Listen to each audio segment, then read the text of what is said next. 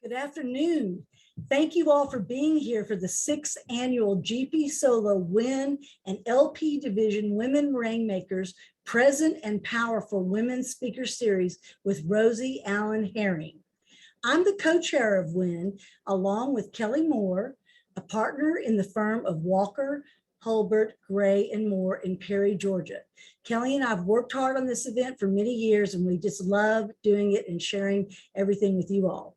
7 years ago, the women of the Solo Small Firm and General Practice Division decided to form the Women's Initiative Network, or WIN as we call it. And we teamed up with our counterparts at the Law Practice Division, the Women Rainmakers, to put on this very special program every year. When we meet live, it's an event where we get together and talk and learn and hear from a non-lawyer speaker who can broaden our horizons with their unique perspectives on a variety of topics that help us become better lawyers and to live our best lives. So just grab your drink and have a great time. And is Curly here yet? He may still be in, he still may be in our council meeting, and we'll get back to him. He's our chair.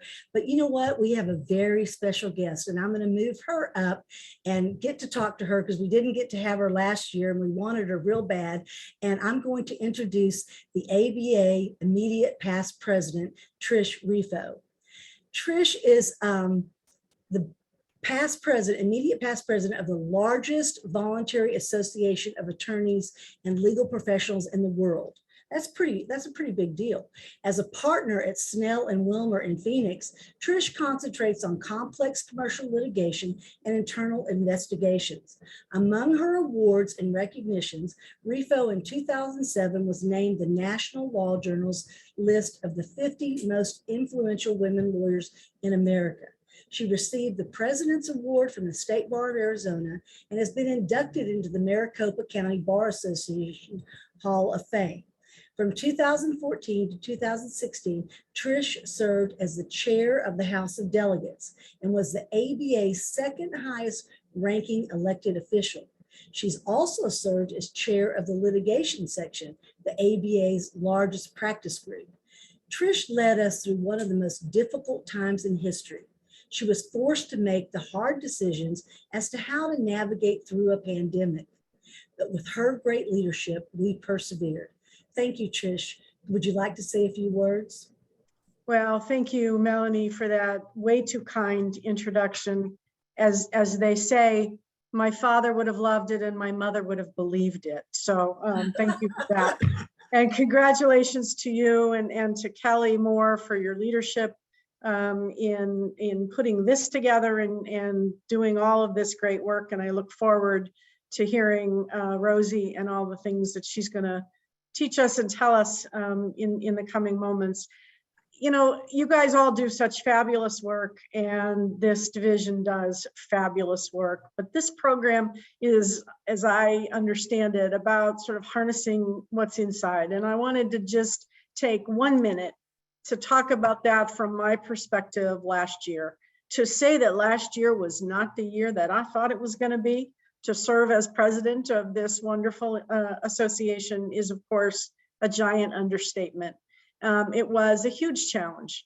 And what was required was for me to not take it personally, for me not to, and so many people meaning well, every one of them meaning well, would come up to me over the course of the year and say things like, I'm so sorry this happened to you. I'm so sorry this is, during your year. And I remember the first time it happened being a little bit taken aback at it, but understanding where it was coming from and responding in my heart saying, I'm pretty sure this happened to a planet, not to me. And so my charge and the fabulous team in the Office of the President and all the rest of the ABA staff's charge was to figure out how to make something work really well in a crazy and difficult time. So I tried really hard, and I'm not trying to say I succeeded in every respect, but I tried really hard to harness my personal energy and to help lead a staff on a path that said, all right, so here we are. how are we going to make it great? And by the end of a year of pandemic, instead of logging a gazillion miles on airplanes, I had spoken to 60,000 people from my house. No ABA president had ever spoken to that many people before, ever.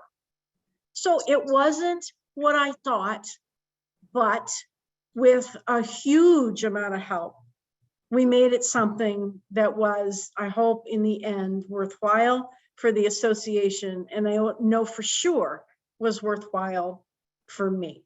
So that's my little example to get us started. Thank you for giving me this chance to say hello, and thank you to all of you for being here for what I know is going to be a great program.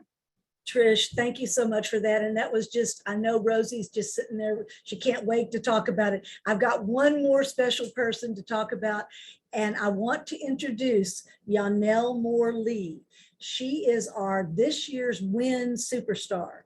She burst on the scene this year and landed us our keynote speaker, Rosie Allen-Herring.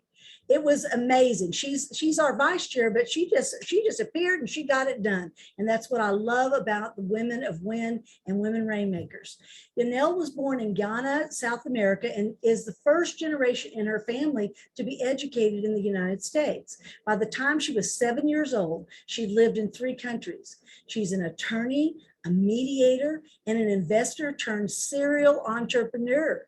Janelle has owned her own law and mediation firm for several years. In addition to serving as vice chair of the ABA's WIN and Ethics Committees, Janelle is the Region 4 Treasurer of the National Bar Association. She's also a member of the Leadership Southern Maryland class of 2022.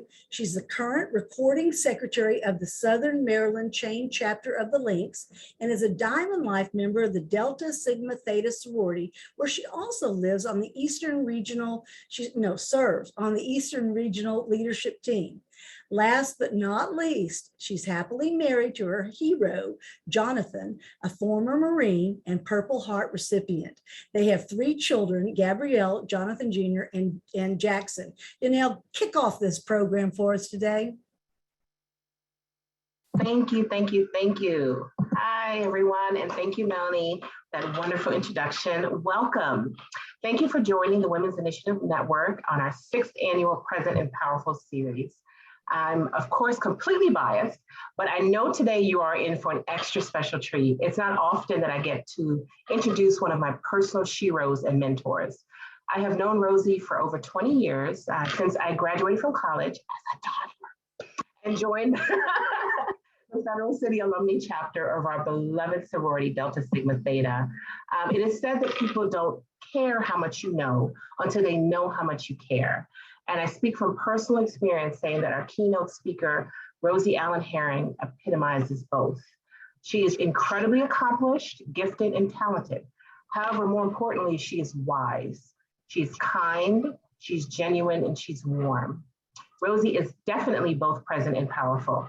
And in our uncertain and ever-changing work environment, she will give us tips and tools to connect in new ways and to thrive in the workplace and at home by developing our own internal personal power. Rosie Allen-Herring is a national expert on public and private partnerships, philanthropy, and business strategy. She currently serves as the president and chief executive officer of the United Way of the National Capital Area. Rosie is recognized as a thought leader who demonstrates the ability to convene public-private entities to leverage talent and resources and create collective impact in communities across the region and beyond. Rosie has more than 30 years of experience in the areas of corporate finance, strategic leadership, public and private partnerships, corporate philanthropy, and community investment. Formerly, Rosie was the managing director of the Community Investment and Engagement Division at Fannie Mae. In that role, she led Fannie Mae's corporate philanthropic strategy and oversaw the organization's social responsibility investments and employee engagement efforts nationwide. Rosie holds key leadership roles with several business and civic organizations, including serving on the board of the directors for the Greater Washington Board of Trade, MedStar Health Incorporated, West Banco, formerly Old Line Bankshares Incorporated, Board of Trustees at A.T. Still University, Prince George's Community College Foundation, and several additional organizations. She also served as a board member for Washington's Exploratory Olympic Committee, Washington 2024. Rosie earned a Bachelor of Arts in Economics from Howard University, an MBA from Strayer University, and was an International Fellow of the United States Southern Africa Chapter for Leadership and Public Values at the University of Cape Town, the Graduate School of Business, and Duke University's Graduate School of Public Policy. She is also a graduate of the Harvard Business School's Strategic Perspectives in Nonprofit Management program. Told you. Rosie has numerous awards and honors, including Washingtonian of the Year for 2020, HBCU Alumni of the Year Award for Community Involvement in 2019, Howard University Charter Day Distinguished Alumni Awardee in 2019, the Network Journal's Top 25 Most Influential Business Leaders in 2019, Jack and Jill of America's Community Innovator Award, Prince George's Community College Commencement Speaker, Leadership Grant Washington's Inaugural Leader of the Year, and I could go on and on. She's won numerous awards. But most importantly, it is my honor and privilege to introduce our keynote speaker and my friend, Rosie Allen-Herring. Oh, wow. I'm with you, Trish. My mother would certainly believe it and would probably tell us to be a little bit more humble for sure. But my dad would tell everybody that that's my kid. So good afternoon, everyone. And it is indeed a pleasure to be with you. Thank you, Janelle, for that, I think, kindest of introductions. And I do adore you. And certainly I do want to honor your leadership today, that of Melanie Bragg, certainly for Kelly Moore, for sharing, not you, as well as your chair, Steve Curley, and for your immediate past chair, who I've had the pleasure of seeing today, Ms. Renfro. Thank you, Ms. Refro. Thank you so much for what you do. And this has been indeed an experience. So while I wish we could be in person, and I understand that perhaps maybe another time we can find the way to encourage one another, albeit even in these virtual times. I also understand when you're together, you have a pretty good time. I heard that there were libations involved. So at the end of the day, I hope that you have one and that we can get through this together. So it's an honor to be in your presence.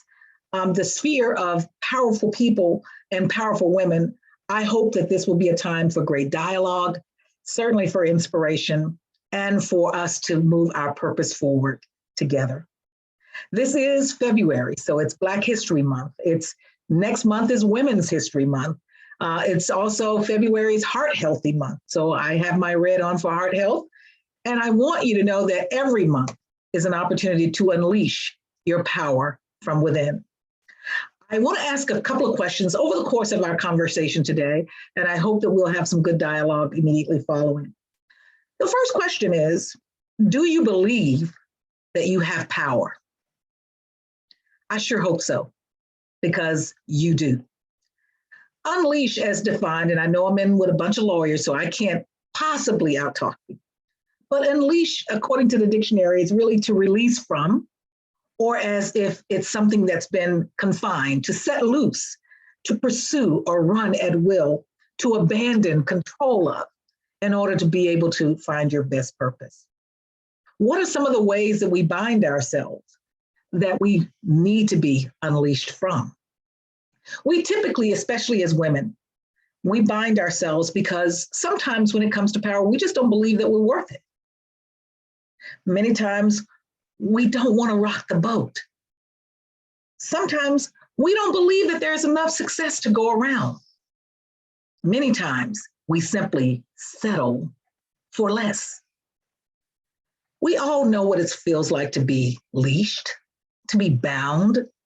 We know, if you have a fur baby, you have an animal, you have a pet, you keep them on a leash. Sometimes I was driving home today and got an opportunity to see a nice little, it must have been a daycare crew, and they had all the little kitties together and they were bound by this one long leash that had them all going together because they didn't want anyone to get out of line or be unsafe. Sometimes we leash ourselves by telling ourselves, what we shouldn't aspire to. Sometimes we leash ourselves, and I know I do this probably 2-3 times a year, what we call diets. It controls what we can and cannot do, what we shouldn't and should not have. And so again, we find ourselves all throughout life leashed in some shape, form, or fashion. And as women, we typically want to follow the rules, not rock the boat, and certainly be seen as these nice, genteel characters who simply sometimes do as we're told. But then we talk about power. Power, as defined in the dictionary, is the ability to do or act capable of doing or accomplishing anything. So another question, are you ready? If you haven't already surmised that I'm going to challenge you today to unleash your power from within. Now, I know, again, I'm speaking to lawyers. There's a lot of power in this virtual room. Women are generally driven to succeed, even if we don't always show it. We're industrious because we always find a way. We heard the immediate past chair talk about how she was able to meet and see and speak to 60,000 people when we all thought we were confined and leashed to our homes, perhaps to small spaces. But 60,000 people is nothing short of remarkable. Because of industriousness, we find ways to unleash her ability to still lead. So when we think about this, women are driven generally to succeed. We do normally, usually find the way, not a way, but we generally find the way. So women, you are brilliant. We are brilliant. Brilliance attracts light, and light attracts power. So these are indeed defining moments where we find ourselves. These are unprecedented times. None of us had a crystal ball almost 3 years ago, where we could have seen COVID coming and understood how it would disrupt our lives. And there is absolutely no one on this earth who has not been impacted by what has happened over the last 2 years. So while we certainly didn't have the crystal ball to see COVID coming, once we found ourselves in the moment, we could not have anticipated that it would last as long as it has. You know how many starts and stops we've had with things. Oh, things are going to get better. We'll get back out. And then there's another variant. I think we're going to be through the Greek alphabet with all of the variants by the time we get to the end. But again, it's challenging us to think about our brilliance and how we've been able to come out beyond these defining moments. So another question that I'll ask you, are you being defined by this moment? Or are you ready to meet the moment? I know that with all of the firepower in this room at this moment, we are most certainly meeting the moment. Why? Because you didn't cancel today. You're meeting the moment. And while Ms. Bragg and Ms. Moore and the entire team, I certainly had every intentions to be in Seattle with you, was even bringing my little young 2L daughter to be with women who I wanted her to see and be exposed to, because then that's where you get the power, when you see it exhumed by others, in doing this work. So we are simply meeting the moment by keeping this fellowship going, having the opportunity to still share this great work, hopefully inspiring each other and determining how do we go from here. So resilience is indeed the order of the day. We're meeting this moment. You've endured the last 2 years of lockdowns, testing, vaccinations, you name it, we've done it, but we are here. So as we get into unleashing our power, I want to share a little bit of my story. And I hope by doing so, it's not just my story, because I don't wish to speak at you. I want to speak with you. And I hope that in hearing my story, you will also think of your own story, because everyone has a story. So I am the youngest of 10 kids. I am from the Deep South in Mississippi. We did not recognize, or at least I did not recognize, that we were poor until I came to Howard University. When you are in the Deep South and you have large families, my oldest sister is 20 years older than me, and she is a retired Supreme Court Justice in the Commonwealth of Massachusetts. And when you look at her, and then, there's me, she went to college, and she was in college when I was born. So we've never lived in the same household. So we see life through two different prisms. She sees the Deep South in one way, I see the Deep South in another. But education was our equalizer, because also generally in large families, the older children are considered perhaps sometimes sacrificed for the younger children. But that didn't happen in our family. We were fortunate. So the oldest goes to college at 15. She's in college when I'm born. She's in law school when I'm born. And then between there, you have Harvard educated professors. We have a sister that's, Ivy League PhD, Columbia. My brother is a Mensa candidate, and so on and so forth. So when you have all of this in your life, by the time you get to number 10, it really is, what are you going to do with yourself? So for me, it's really about understanding personalities. We also understood that there were barriers and there were limitations. There were leashes. Sometimes those leashes came from society. Sometimes those leashes came economically. My parents, were not, my mother was educated, but my father was not fully educated. And in doing so, they saw education as the equalizer.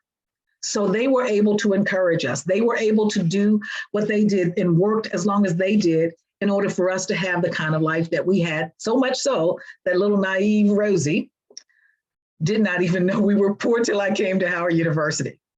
So that was a leash that I didn't know that society had placed on me. I believe that women have superpower. I'm just going to tell you, for any of the brave men that have decided to join us today, please, just know I'm speaking to my audience. I believe that women have superpower. So when you grow up in a family of 10, 6 girls, 4 boys, women rule. When you look at 17 grandchildren and only 4 are boys, you realize women rule. And so then you have this confidence that says, isn't this just normal that women rule? And what happens? I get married, my husband and I have 2 daughters. And so we say to him, women rule. And so at the end of the day, we do recognize and we see how powerful women can be. And as I think about my story, coming to Howard University from Mississippi, I followed a sister who had been to Howard and graduated by that time and had gone on to NYU for her MBA. It was really about recognizing the differences that life sometimes brings our way. You can either decide to crumble or you can decide to meet the moment. So as we think about it, at Howard, I learned to find a little bit of my voice, not all of it. It was only a little bit. And that was more of the academic voice because, we were gifted. But then we get to corporate America and we talk about what I had the opportunity to deal with at Fannie Mae. I grew up at Fannie Mae. I spent 21 years at Fannie Mae. That was where I learned my corporate craft. So while I've done philanthropy for a number of years, I'm really a finance girl. I'm a transactions girl. That's what I came to do, understanding asset management and doing development deals and structured transactions and securities and the like. But at the end of the day, I still found myself as that female without her voice. I worked, like many of you may, doing the job. You just thought, if I work hard, keep my head down, somebody's gonna notice. I had given up my voice in hopes that someone would see me, hear me, acknowledge me, until I met a mentor. Now, I won't call her name, but if I say enough about her, you'll probably realize who she is. She was our first and only female vice chair of the entire company. She is a dynamic lawyer, even still. And I remember her giving me advice one day. And she said, Rosie, you have to find your voice.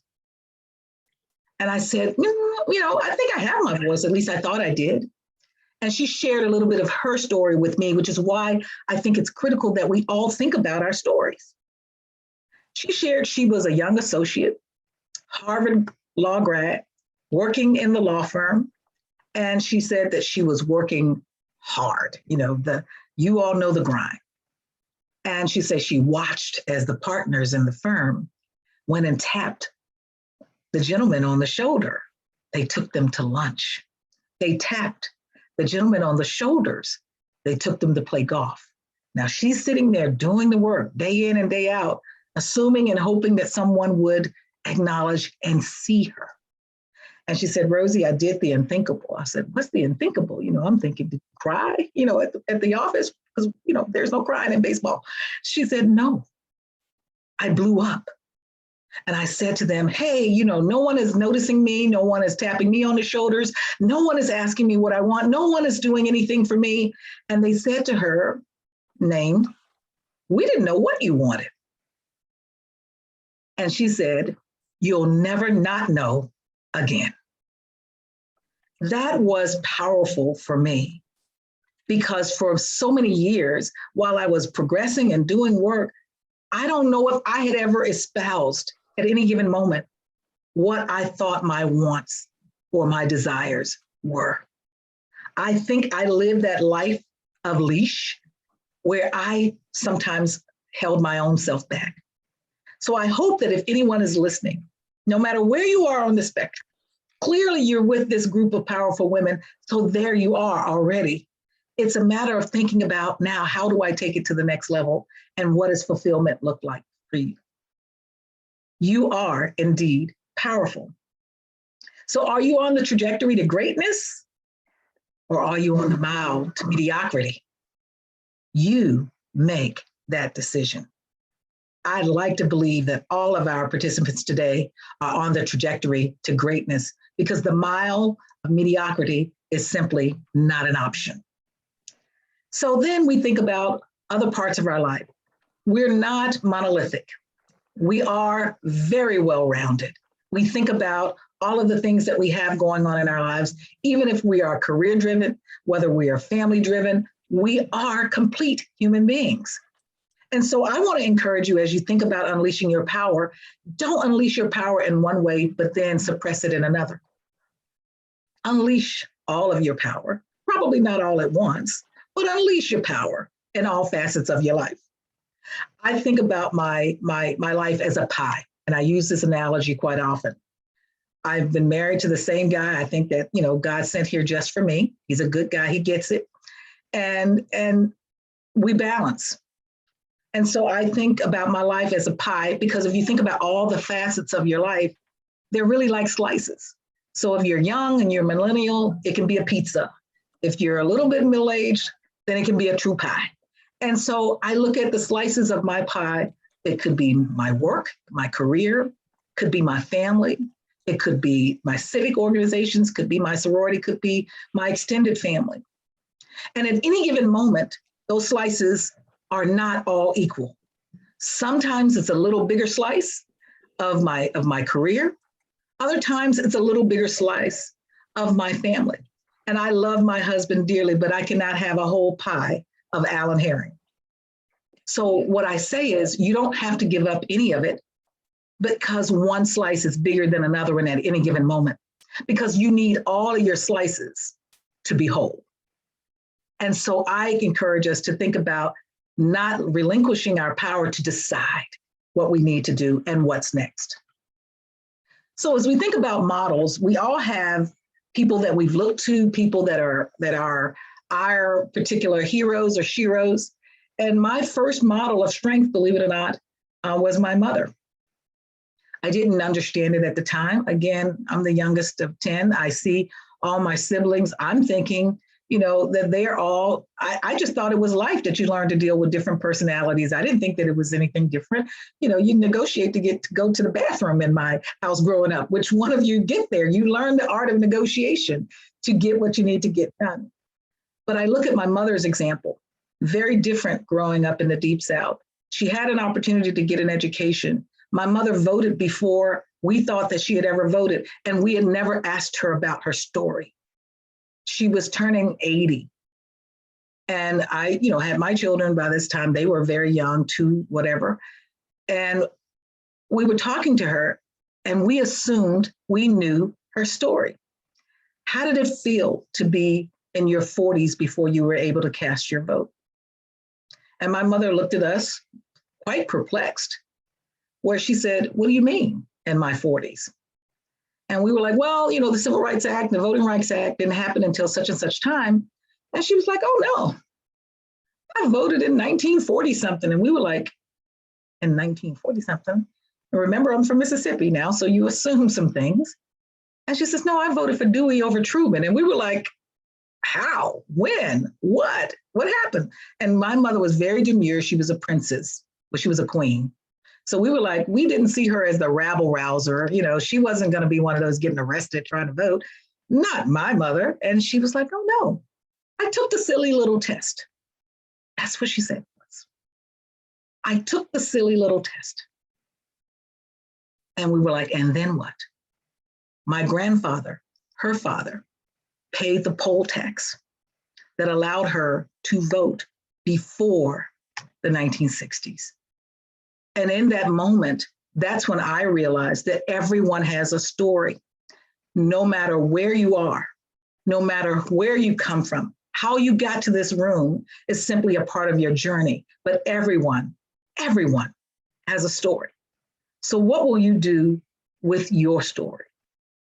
Because someone is watching you. Whether you believe it here, whether you see it in your day-to-day lives, whether it's someone at your home, whether it's someone in your office, someone is watching you. Your power has already been seen. What will you do with it? So often I'm in the company of women because if you figured out anything, my personal passion are women and girls. I come from a long line of women who are powerful, and it's just the nature of who we are. I am the mother of 2 Girl Scouts. I was a Girl Scout. I was on the board of Girl Scouts. I was the chair of the Washington Area Women's Foundation. So women and girls are my personal passions. That's not work. So the question becomes, what's your personal passion? Because when it comes to unleashing your power for those things that you care about, then you'll have an opportunity to see that that passion was always there, whether you think that you have power or not. And so when you think about it, I'm optimistic. I'm actually bullish on the future, and I need you to be too. So as you come with me on this journey, as I've talked a little bit about my story, I hope that you've been thinking about yours, so that at the end of this conversation today, let's think about what we're going to do with our stories. How strong are your shoulders for the next generation to lean on you? Where will you catapult them to go? So how do we unleash this power that Rosie keeps telling us that we have? My God, I'm just like, I didn't see all of that in me. I guess she's going to tell me how. Well, yes, I can't say that I have all the answers, because unleashing it for you may be different than unleashing it for someone else on this call.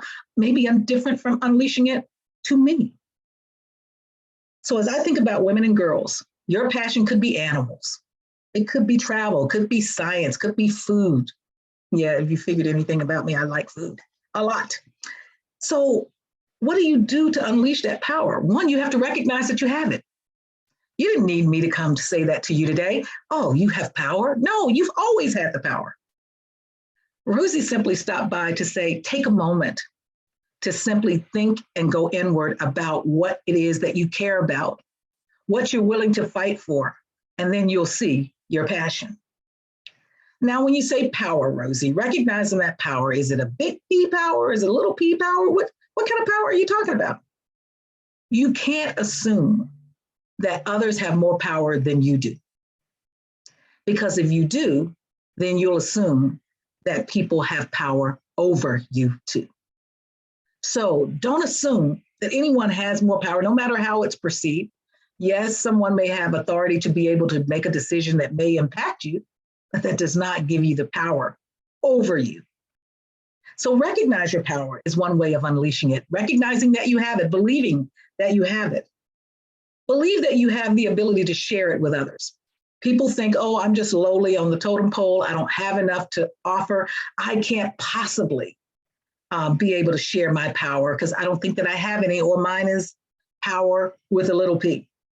If you believe that everyone has something to offer, if you believe that you can give a little bit of yourself, if you try to even just maybe volunteer, philanthropy is not just for benefactors, because everyone can do something.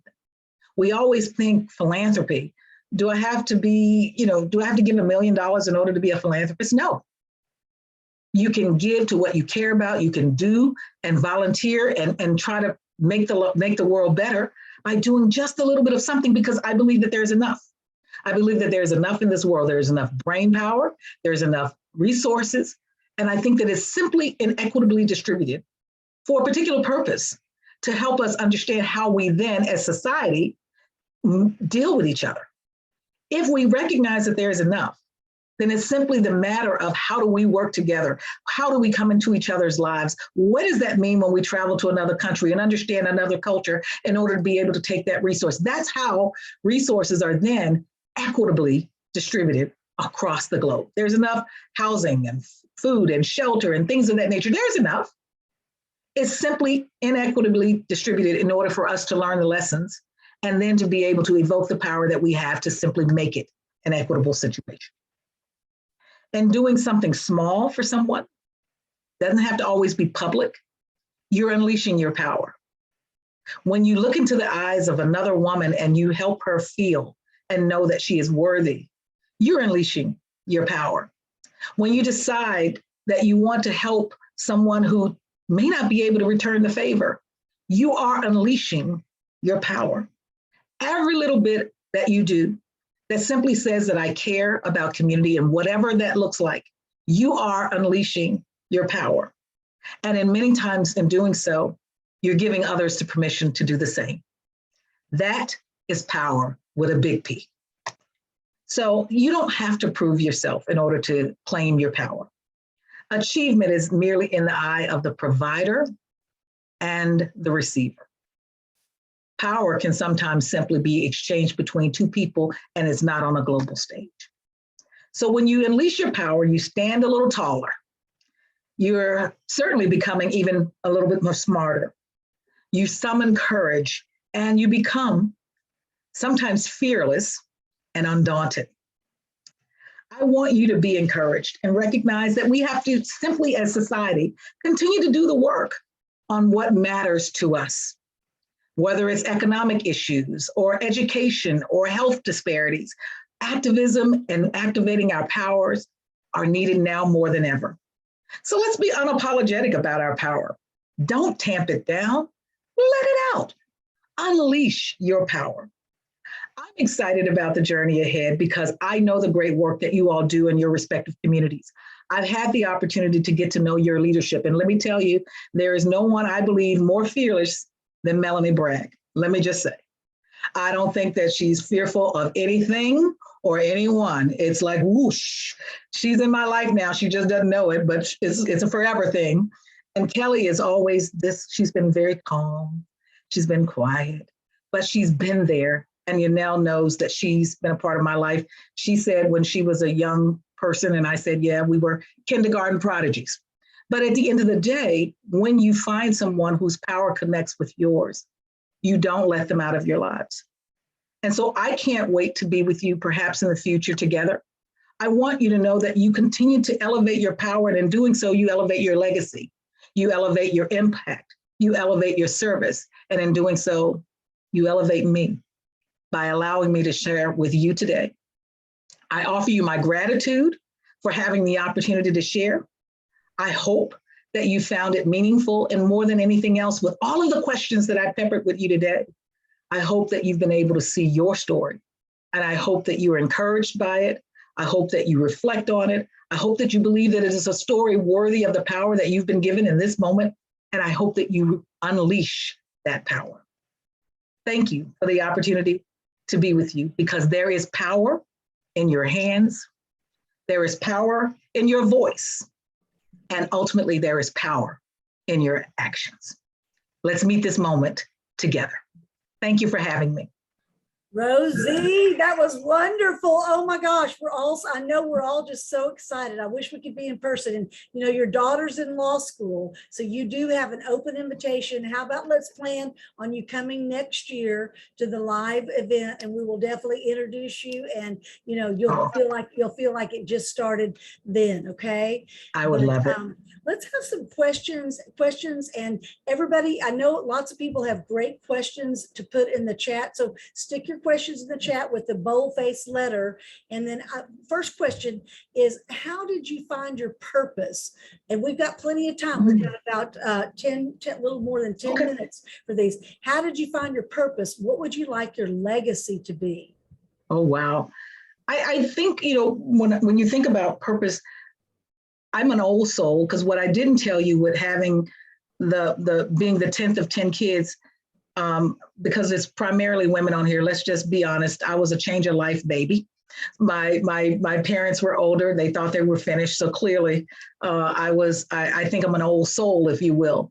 And so in doing so, my mother always taught us, even though we had the ability to do great things, that your life is only worth living if you're serving someone. So we've always known, and I've always felt like my purpose on earth is really to serve people. Yes, I can do it in the corporate realm and I can do it in the philanthropy realm, but I just believe that that's where we are. And losing people, having death visit you, puts things in perspective. And so for me, having a death of my brother when he was only 44, brilliant mind, we're talking mathematician, IBMer, and Chapel Hill graduate, wife, 2 kids, runs marathons. He gets sick. We don't know what's happening. He's gone in 24 hours. We can't even explain it.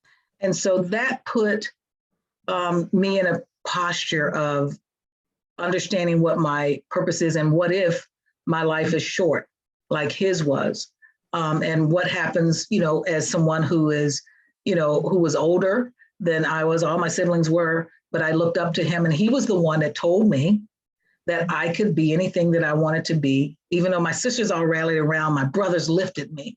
And it was that, not so much coddling like I'm gonna go fight for you, although I did have one of those brothers too, but this was the brother that told me it was all up here. And losing him and all of his brilliance of what I thought was lost, I found out that I had a little bit of it too. And so when I think about purpose, it takes me to him, and it still takes me to my mother as well. Oh, wonderful, wonderful. Another question. Do you remember the defining moment where you found yourself or saw yourself holding yourself back? You were talking about that unleashing yourself and how we sometimes we don't release the brakes on our own selves. Sometimes we're always encouraging everyone else, but then do you remember a defining moment at a time that was like a game changer for you, where you said, I'm aware of this, I recognize it, and I'm not going to do it anymore, or I'm not going to feel this way anymore? A shift. Ooh-wee. Tell me, You all are give me a couple guys of are tough. I know you got them. I know you know. Oh, this is somewhat embarrassing, quite honest. I was chuckling to myself as I was running through my memory banks, and it happened to me when I was in, at Fannie Mae. And, it was one of those low moments, let's be honest. It was, I wasn't sure, should I stay? Should I go? What do I do? And I called my sister. Now there's a brother in between my sister and I, but she was pretty much my shero, if you will. And so I called her, and you know how you're having that moment. And I share with you how my mentor lost it at work, but she lost it in an angry way. And I was about to lose it. And I was talking to my sister, and you know how you get that little tickle in your throat when you really about to let that tear drop, and you're not quite sure, what to say or what to do. And my sister, who was 1,000 miles away, instantly yelled in the phone at me. Now I'm sitting in my office, and I'm supposed to be somewhat accomplished, but I had been broken to that point. And she said to me, are you about to cry? Are you about to cry? You better not cry. And instantly, Melanie, I became more afraid of her 1,000 miles away on the phone than I was with my colleague who was sitting next door to me. And that gave me, I realized, if I'm not afraid of the person next door to me, I'm really afraid of my sister 1,000 miles away. Oh, I can do this. I can do this. So that was a moment for me, because you don't always get it right. And a lot of times when you're speaking, if you don't share authentically, if you're not truly authentic and in the moment, then you would think that people have had it together all their lives. And it's just not true. I know, and it's awesome that you can be so vulnerable and share those moments. Well, what's ahead for you? I'm trying to figure out if you're going to be one of our authors coming up with GPSolo. What's next for Rosie? I do believe that there's a book in all of us. I think everybody's been told that. And at some point in time, I would like to share that story. But again, it's not to put it out there to the point where we're some unique anomaly of a family of 10 that happen to have education as an equalizer for us, but for people to see themselves and say, your family can inspire someone else too. And so I do and hope. My brother is an author as well, and I normally would have his book right here beside me. But I think it's called Succeeding on Your Own Terms, believe it or not. And so I think that it's one of those things where, yes, that is where I ultimately want to be, because then, when you can't be with everyone, you then have another opportunity to share that message of hope and inspiration that hopefully others will be, depending on if they want to get it verbally or if they want to get it in written form. Cool. Well, tell us a little bit about your daughter and what are your hopes and wishes for her as she enters the legal profession? Well, you know what? It's funny because my husband and I, we have two daughters. Nala is a Howard University graduate, and she's applying to medical school as we speak, just finished her master's in biophysics at Georgetown. And so she is much more, if she was on here, she would say, hello, Miss Bragg or Mrs. Bragg, or hello, Miss Moore, or what have you. Leah, our lawyer, who is a hammer, and I don't think she's ever met anything that's not a male, would say, hello, world. And so they do come here with different personalities. But what I love about her is her compassion for others and her ability to think about what's right. And I know some of that has been hanging with my older sister, who was a civil rights lawyer for 40 years before she became a judge.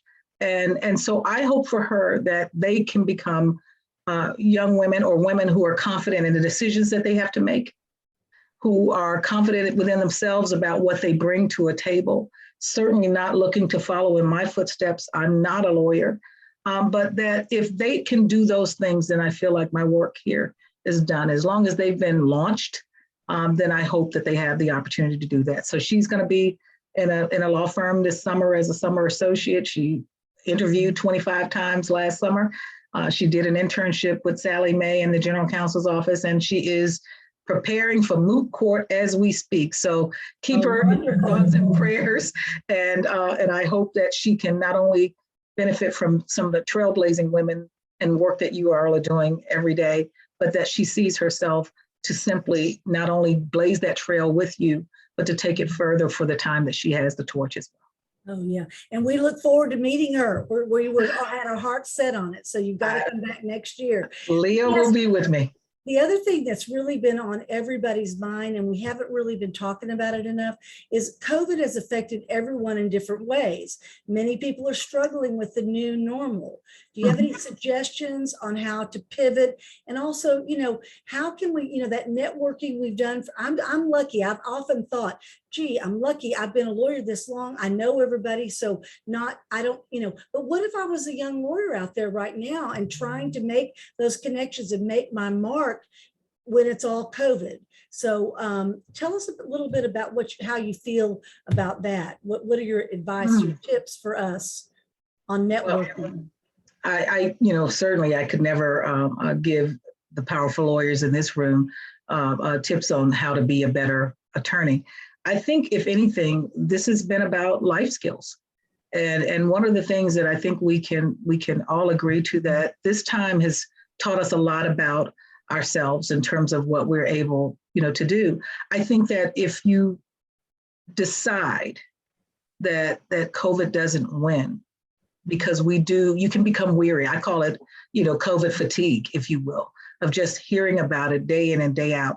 I think you find ways to do something different that you perhaps wouldn't normally do. Being in the house all day, I am a music person. So I listen to all genres of music at many different times. Now, I always had said that when we went into year 2 that I was going to exercise more.